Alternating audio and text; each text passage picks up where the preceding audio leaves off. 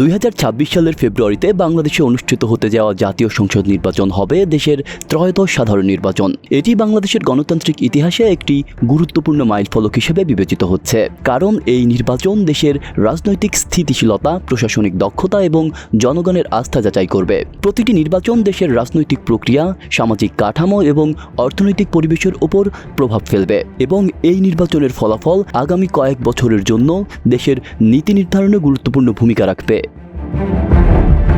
নির্বাচনে বড় চ্যালেঞ্জ হলো কেন্দ্রীয় দখল ও রাজনৈতিক প্রভাব। অতীতের অভিজ্ঞতা থেকে দেখা গেছে, নির্বাচনী প্রক্রিয়ায় রাজনৈতিক দলগুলোর প্রভাব কখনো কখনো প্রশাসনিক স্তরে পৌঁছে যায়। নির্বাচনী কর্মকর্তাদের ওপর রাজনৈতিক চাপ সৃষ্টি করা, ভোটারদের ওপর প্রভাব বিস্তার এবং নির্বাচনী ফলাফলের প্রভাব ফেলার চেষ্টা এই প্রক্রিয়াকে ঝুঁকিপূর্ণ করে তোলে। যদি নির্বাচন কমিশন এবং স্থানীয় প্রশাসন স্বাধীন ও নিরপেক্ষভাবে কাজ করতে না পারে, তবে জনগণের মধ্যে আস্থাহীনতা এবং নির্বাচন বিরোধী প্রক্রিয়া জন্মাতে পারে।